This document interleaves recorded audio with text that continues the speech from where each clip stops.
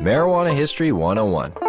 Or should I say extremely brief Marijuana History 101. It's big, complicated, and we'll only be able to scratch the surface. So let's get started.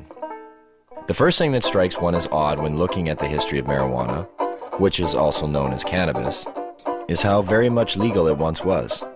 In fact, it wasn't only legal, it just happened to be one of the largest agricultural crops in the world, including the United States. You see, cannabis can also be hemp. And just what is hemp? Well, it's by and large the most robust, durable, natural soft fiber on the face of this planet. Up until 1883, and for thousands of years before, cannabis hemp was the largest agricultural crop in the world. It had thousands of uses and products. The majority of fabric, lighting oil, medicines, paper, and fiber came from hemp. The first marijuana law to exist in the United States was a law ordering farmers to grow hemp. Benjamin Franklin used it to start one of America's first paper mills. The first two copies of the Declaration of Independence were written on cannabis hemp paper. Up until the 1800s, most of the textiles in the United States were made with hemp. 50% of medicine marketed in the last half of the 19th century was made from cannabis. Even Queen Victoria used the resin extracts from cannabis to alleviate her menstrual cramps. But the funny thing about industrial hemp was you couldn't get high from it. Yet, it was lumped in with the following, which also made little sense. Reefer madness. In the early 20th century, yellow journalism had surfaced. Articles depicted blacks and Mexicans as frenzied beasts who would smoke marijuana, play devil's music, and heap disrespect and viciousness on the readership, a majority of which happened to be white. Some offenses included looking at a white woman twice, laughing at a white person, or even stepping on white men's shadows. And this ended up leading to a law in the form of a tax stamp. A tax stamp that would not only include marijuana, but also hemp and cannabis medicines.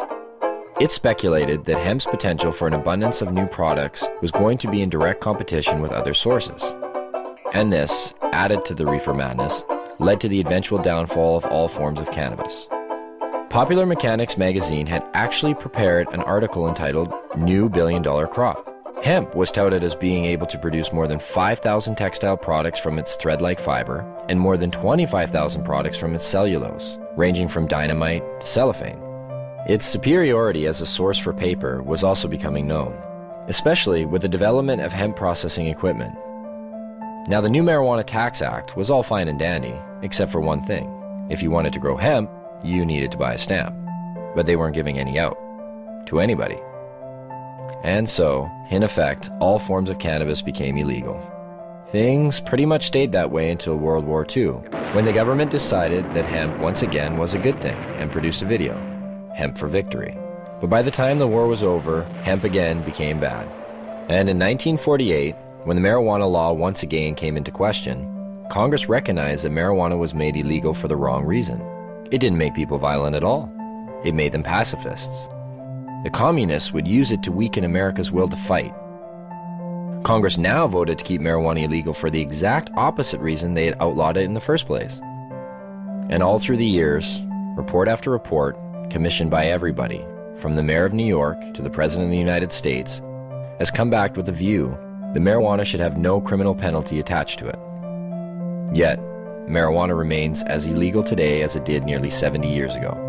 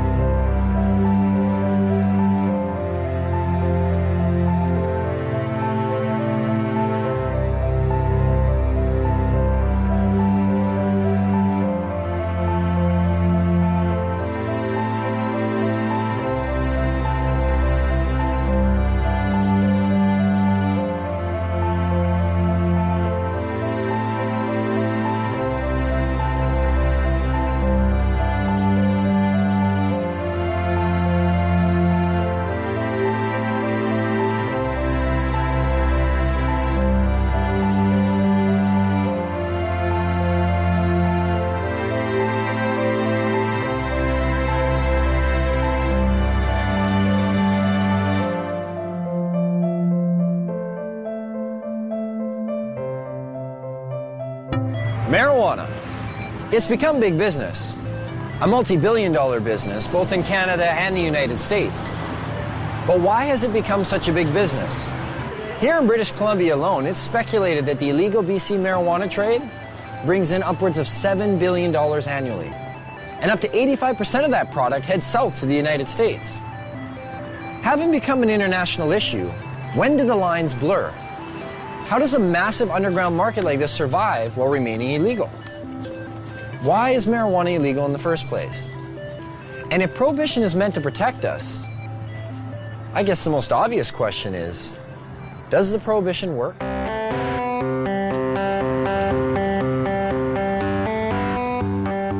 If prohibition worked, okay, if you could just wave a magic wand and say, this has gone away, I'd be all over it, you know. But the fact of the matter is that prohibition has never worked. You know, we've been here before. You remember the first prohibition, right? Which was? Prohibition of alcohol. No, I'm talking about the first prohibition. Thou shalt not partake of the fruit of the tree of knowledge. And who was the big cop? And how many people did he have to watch? 2. What are the goals of this prohibition? I assume the goals of prohibition are to reduce the amount of drugs available and to reduce the demand for those drugs. In both instances, cannabis prohibition's an utter failure. Has the prohibition stopped people from using marijuana? You get a phone call that says, I'm from the federal government. I want to know whether you've been using cocaine or marijuana recently. Presumably you might be getting a little bit of an underestimate. In 1937, there were estimated to be 55,000 marijuana users. And now there are estimated to be more than 50 million of them. That's a 100,000% increase. Seems to be quite a few of them. Yes, I'm afraid there are. Whether the drug is criminalized or decriminalized does not affect the rates of smoking of cannabis, either uptake or of discontinuation. So what are the dangers of using marijuana? I don't know. I don't know. Gives you like a rapid heartbeat. Smoker's cough. I'm sure it has some effect on your brain function, memory. I don't know, is there something unhealthy about moving slowly? It's not good for you. You're not fully conscientious of what you're doing. Thickens some membranes in your brain or something. Well, it's been science. I guess I'm being told it's been scientifically proven that marijuana kills your brain cells. That's the one I remember. Marijuana kills brain cells. I thought the same thing. You know, I didn't start smoking pot until about 5 years ago. I thought pot made you stupid. You know, I bought into it just as much as anybody did. I realized when I was like 30 years old that I was tricked. I was like, you gotta be fucking kidding me. 1974, the Heath Tulin study. Ronald Reagan announces, the most reliable scientific sources say permanent brain damage is one of the inevitable results of the use of marijuana. Monkeys pumped full of marijuana, apparently 30 joints a day, had begun to atrophy and die after 90 days. Brain damage was determined after counting the dead brain cells of both monkeys who had been subjected to the marijuana and ones who had not. This study became the foundation of the government, and other special interest groups claim that marijuana kills brain cells. Here's what they didn't tell you. After 6 years of requests, how the study was conducted was finally revealed. Instead of administering 30 joints a day for 1 year, Dr. Heath used a method of pumping 63 Colombian-strength joints through a gas mask within 5 minutes over 3 months. They suffocated the monkeys. What they did is they put these gas masks basically on their face and they pumped pot into it, but without additional oxygen. So after X amount of time, the brain shut down. Well, if you suffocate, the first thing that's going to happen is your brain cells are going to die with lack of oxygen. So what they did is they suffocated the monkey, showed all these dead brain cells, and then went on to associate it by saying that cannabis use causes your brain cells to die. And how many people, not knowing the origin of the study, have gone on to quote it and re-quote it. And now people believe it. Studies since have shown no signs of any brain cell damage. In 2005, new research suggested that marijuana could possibly stimulate brain cell growth. That study hasn't received the same attention. Another common belief? Marijuana causes lung cancer.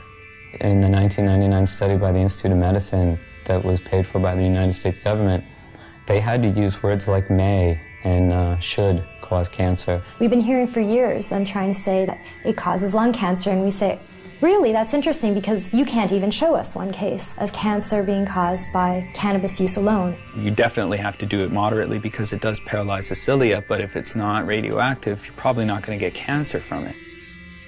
Smoking can be harmful because of the